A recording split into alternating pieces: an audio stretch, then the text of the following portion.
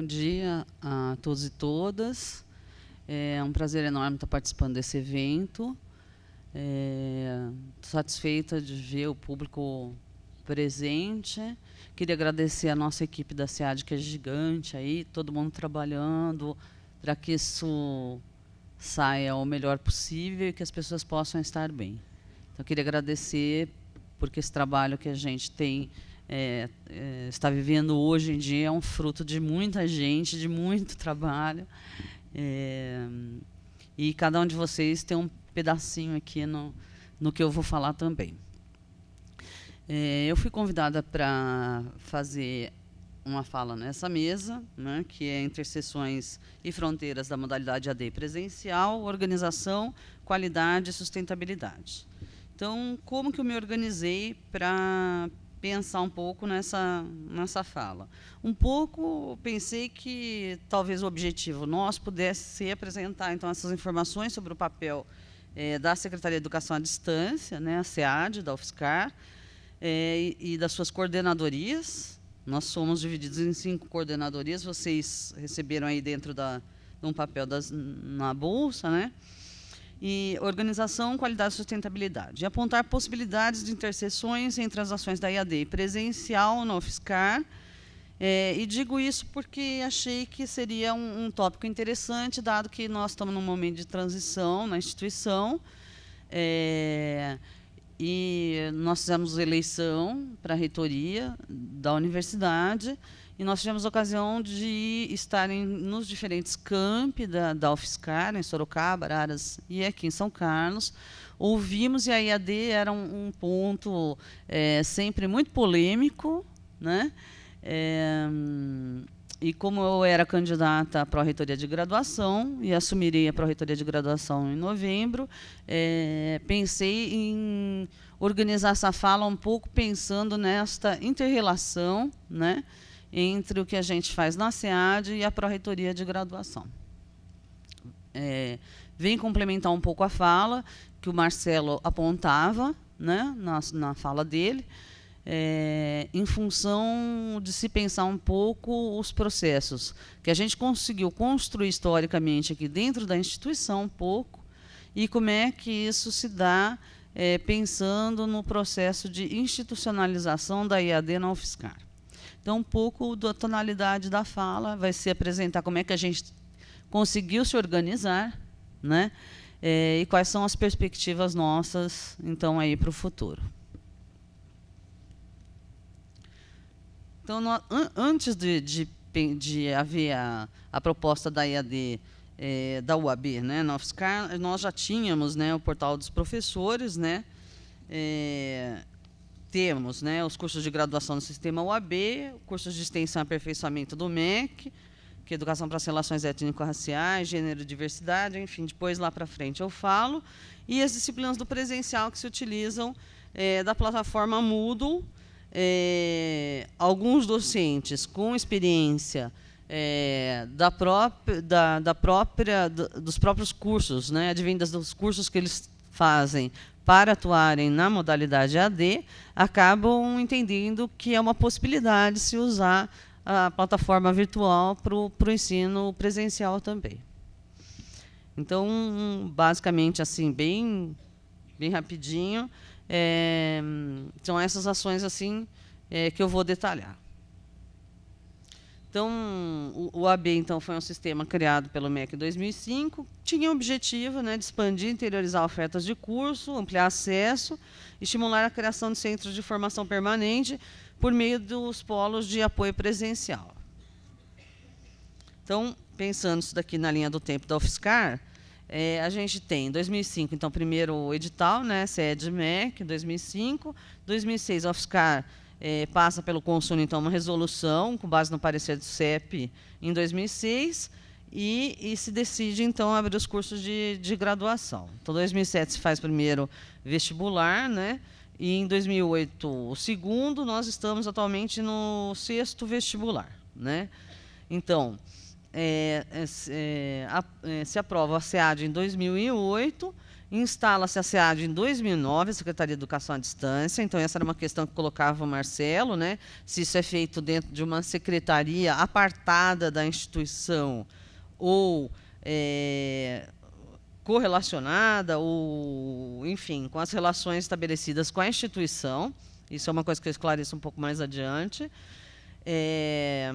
E em 2009, então, se aprovou as normas acadêmicas na Prograde, né, no Conselho de Graduação. Então, passou-se a ter uma regulamentação para avaliação, para o funcionamento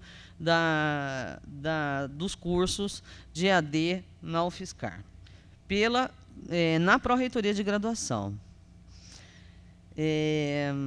Em 2011, então, foram feitas a revisão das propostas pedagógicas, porque, claro, quando a gente assumiu, queríamos fazer os cursos de graduação, foi tudo muito rápido. Nós tínhamos que ter um know-how de conhecimento gigantesco, que nós, na verdade, acho que, hoje em dia, diria que nós somos aventureiros. Na época, a gente era otimista né, desejosos de que desse certo. Era uma aposta grande, né, que nós tínhamos. Hoje em dia, né, com tudo que a gente já passou e com todo o know-how que a gente já criou, a gente olha e fala, meu Deus, não teria feito assim.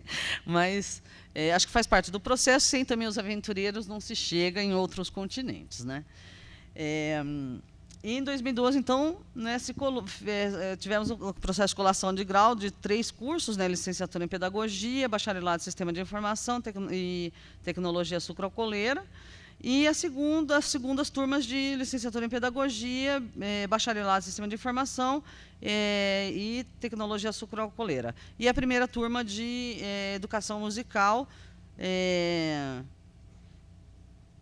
que ontem vocês tiveram a oportunidade de ver aí o ex-coordenador com o grupo tal tocando, muito lindo, inclusive. Como que se estruturou a SEAD na UFSCar? Sandra, eu esqueci de apertar o meu negocinho aqui. Então, tá bom. Então, vamos lá que eu vou mudar o tempo aqui. Tá bem. Só para não passar muito do tempo. Então, como é que a SEAD ficou estruturada aqui na UFSCar, né? Então, a SEAD é uma secretaria de apoio, né? É um órgão de apoio acadêmico vinculado à reitoria, que visa, na verdade, apoiar o desenvolvimento de ações da EAD na UFSCar, né? Garantir a qualidade educacional do material didático desses cursos na modalidade EAD. Então, você tem a reitoria, na instância acima da reitoria é o Conselho Universitário, abaixo dela são as pró-reitorias e as secretarias. A SEAD é uma dessas secretarias. É a Secretaria de Educação à Distância, cuja função é apoiar as ações de EAD na UFSCar. Então, ela tem o status de pró-reitoria, mas é uma secretaria porque ela tem a finalidade de apoio, né? E ela, na verdade, ela funciona em conjunto com a Pró-Reitoria de Graduação e a Pró-Reitoria de Extensão. Claro que certamente tem lá suas influências também na de pesquisa, porque nossos alunos da EAD também têm iniciação científica, enfim, né? Uma vez instalada a Secretaria-Geral de Educação à Distância, algumas coordenadorias, de fato, elas já existiam, assim, até por uma questão estrutural, né? Porque você tinha que ter alguém que visse as finanças, enfim.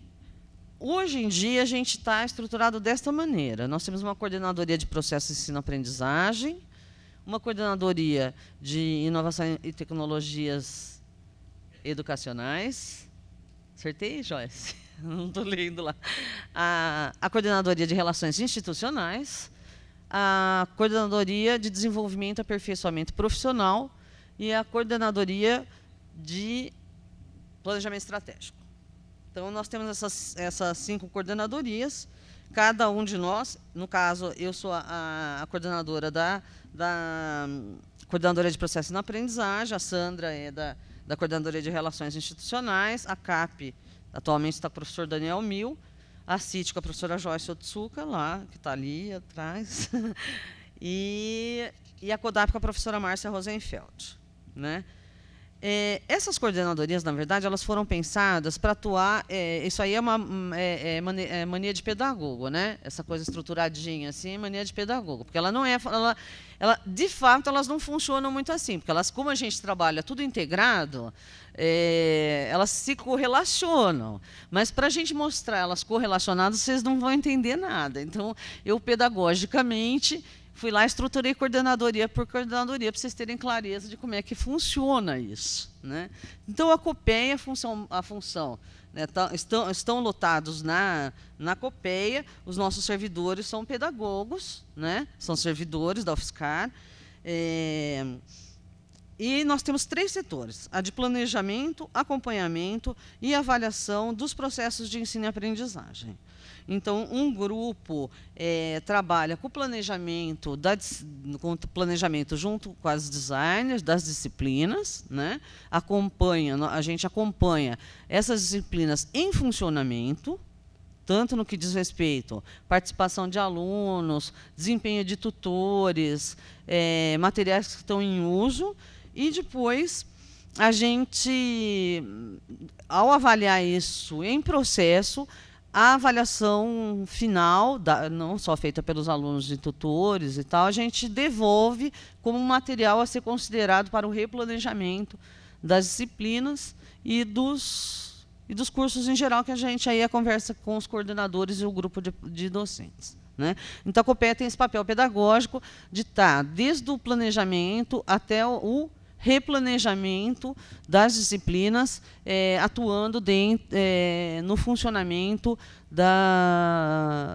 do que está pensado para os cursos em EAD na UFSCar, né?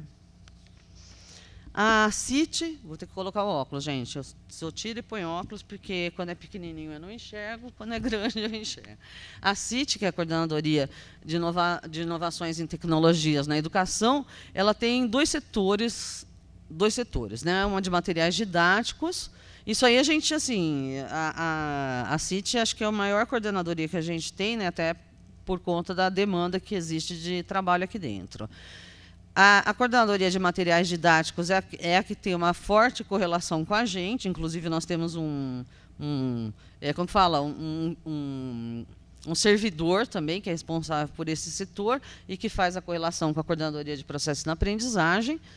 E o grupo de TIs. Dentro do grupo de material didático, a gente tem o pessoal de linguagem escrita, audiovisual, webconferência e AVA, porque essas correlações elas são importantes de serem feitas, porque, pedagogicamente, não adianta você ter um audiovisual esteticamente bonito, não adianta você ter uma proposição de qualquer que seja uma inovação tecnológica, se ela não tiver uma finalidade educativa. Então, o que a gente tem feito, ou tem tentado fazer, né, é justamente fazer essas áreas conversarem com a pedagogia, com a educação, né? Então, a gente fala, tá, mas por que está sendo feito isso? Qual é o conceito que está sendo... qual é o conceito que se quer ensinar ou que se precisa aprender? Né? Porque são coisas diferentes. Então, é um pouco essa conversa que a gente está fazendo entre a Coordenadoria de Inovações e a Coordenadoria de Processos na Aprendizagem. E aí a gente tem a parte TI, que é desenvolvimento, infraestrutura e suporte, que é aqueles, assim, que a COPEA se relaciona muito fortemente, inclusive. A gente vive assim, por favor, socorre aqui, apaga todos os incêndios. Eles são os que salvam nossas vidas e que nos ensinam também. Porque eu acho que uma das coisas bem bacanas das interações entre as coordenadorias é que a gente tem a consciência de que nenhum de nós sabe mais do que o outro. A gente tem um conhecimento específico na educação, o pessoal do audiovisual tem o deles, os TIs têm outro, então a gente troca figurinha o tempo todo, e o tempo todo a gente está aprendendo. Né? Ontem mesmo estava conversando com o nosso responsável por webconferência, estava falando para ele que eu aprendi a mexer no computador com DOS, e que eu sabia a tabela ASCII de cabeça, porque eu precisava acentuar meus textos. Ele ficou rindo. É a vantagem da gente acompanhar a história, né? Aí a gente tem uma coordenadoria que também funciona diretamente com a nossa, né, que é a Coordenadoria de Desenvolvimento e Aperfeiçoamento Profissional, que faz formação inicial e continuada para atuação em EAD, que é direcionada para docentes, tutores, equipes de polos de apoio presencial, equipes de apoio multidisciplinar e a comunidade da UFSCar.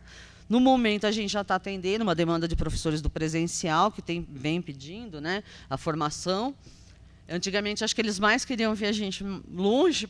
Hoje em dia, eles estão querendo se aproximar e conhecer, e saber, e estão participante. Enfim, está um movimento que a gente está entendendo muito interessante.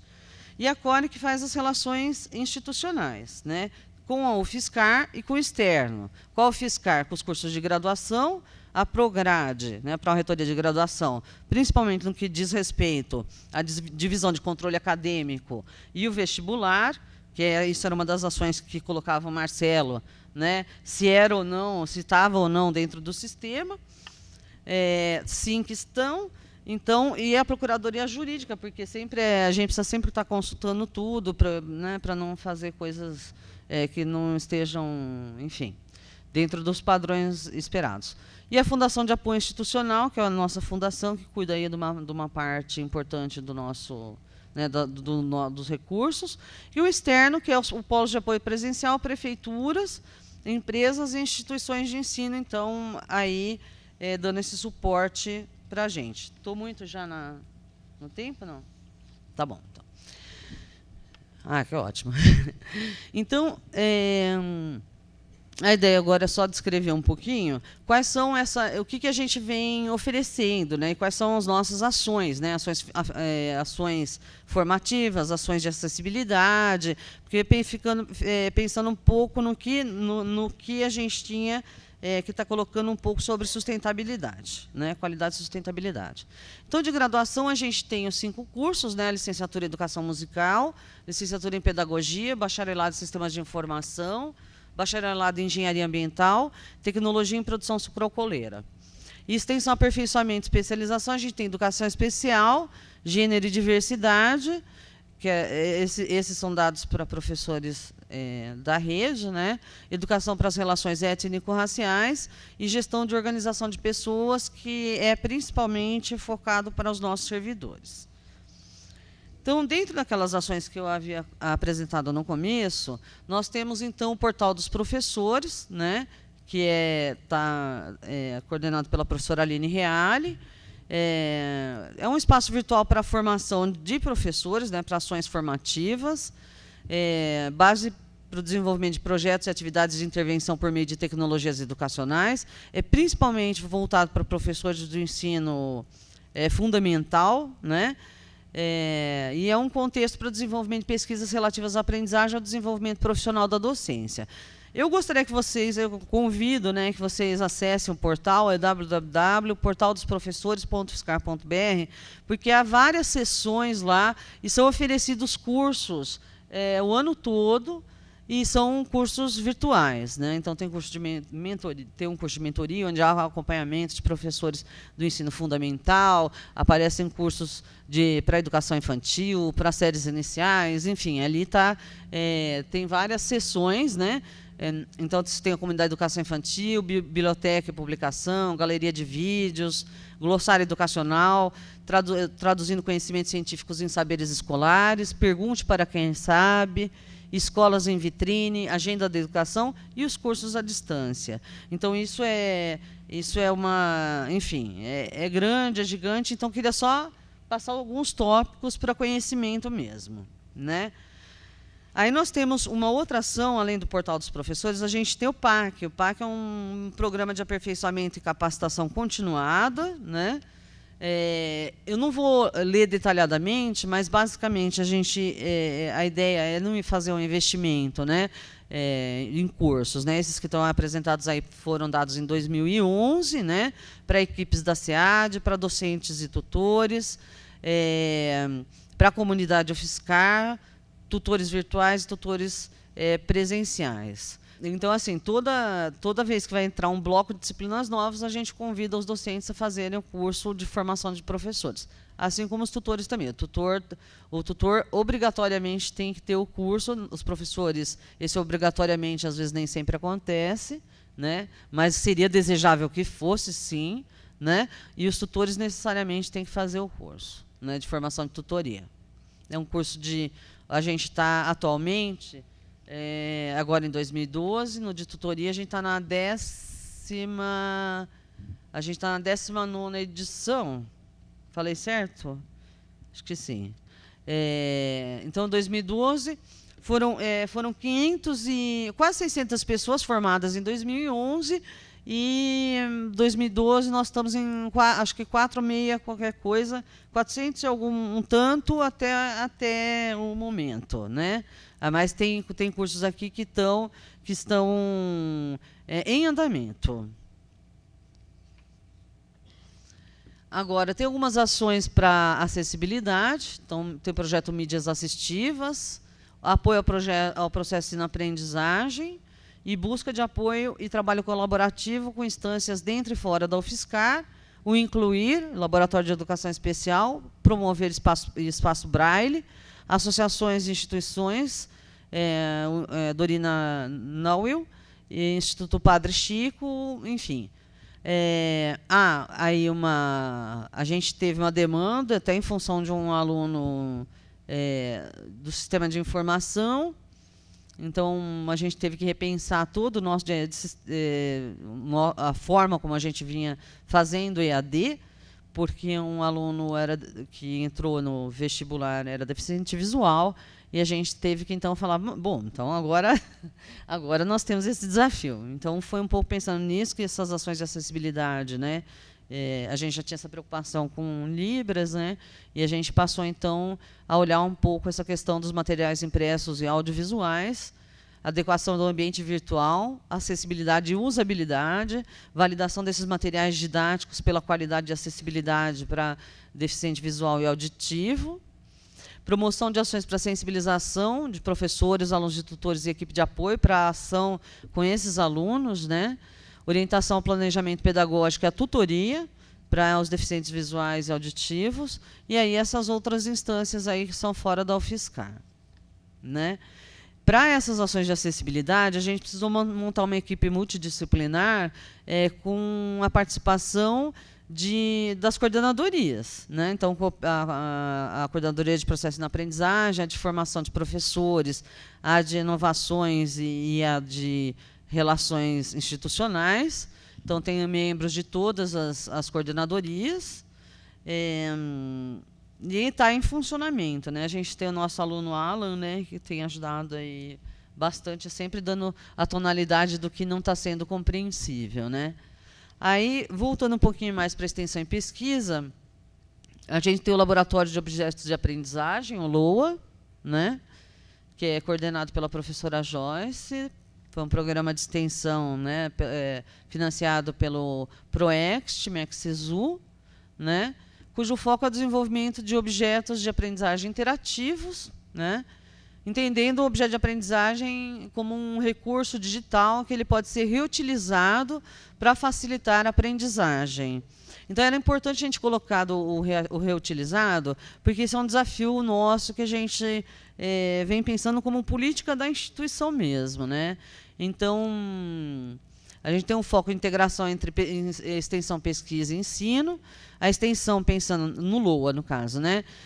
Desenvolvimento de jogos educacionais para o ensino médio, organização e publicação no LISA, que é o Livre Saber, que vocês vão ver logo na sequência, que é um repositório virtual, formação dos professores do ensino médio, a pesquisa, desenvolvimento de jogos educacionais, acessibilidade, efetividade do uso de jogos educacionais nas escolas, e ensino, formação complementar dos alunos bolsistas do programa, que são alunos da UFSCar que trabalham junto com professores do ensino médio para pensar em questões que estão correlacionadas a dificuldades que os professores veem nos seus alunos do ensino médio, de conceitos, de problemas, e aí este grupo vem e pensa em objetos de aprendizagem para atuar na escola.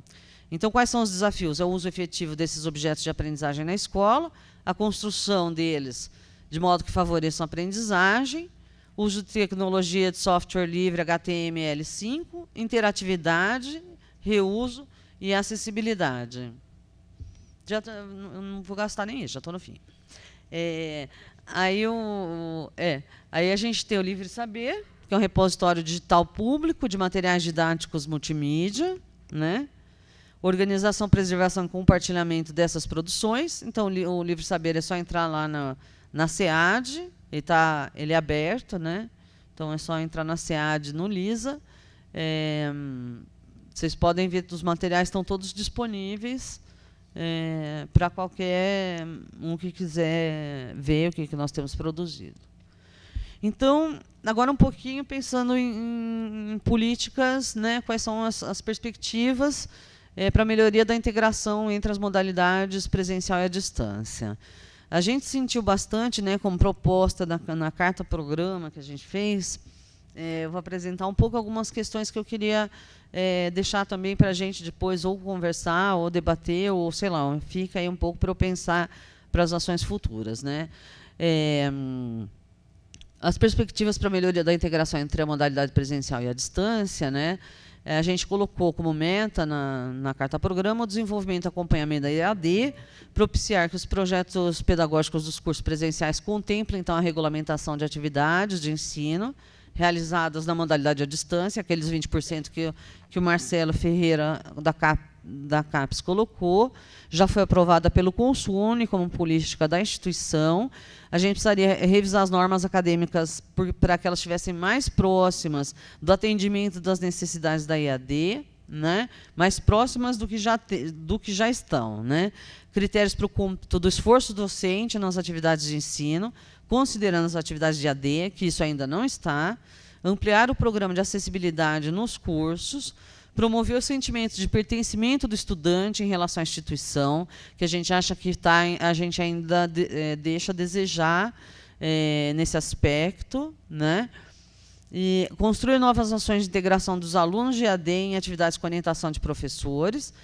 Quando a gente fala construir novas ações, não é que elas não existem, elas já existem. Existem as CIEPs, os alunos da EAD participam do PIBIC, como os nossos alunos do presencial, participam de extensão, enfim, isso tudo a gente já consegue garantir. O que a gente vai querer talvez, pensar em novas ações para estimular que isso ocorra de forma mais permanente, né? Uma das coisas que o Marcelo colocou e que eu entendo que é importante retomar é a questão das políticas e os procedimentos institucionais, se eles estão ou não estão colocados no PDI. No caso da nossa instituição, está sim, né? E a EAD, né, essa disseminação institucional, se ela é um gueto na universidade, acho que a gente está no meio. Acho que a gente está no meio. A gente não é mais um gueto, eu acho que a gente era, sim, um gueto, e eu entendo que a gente caminha, né, cada vez mais para a abertura, já deu, né, para a abertura rumo a uma integração do presencial com a educação à distância. Desculpa se eu passei muito do meu horário aí.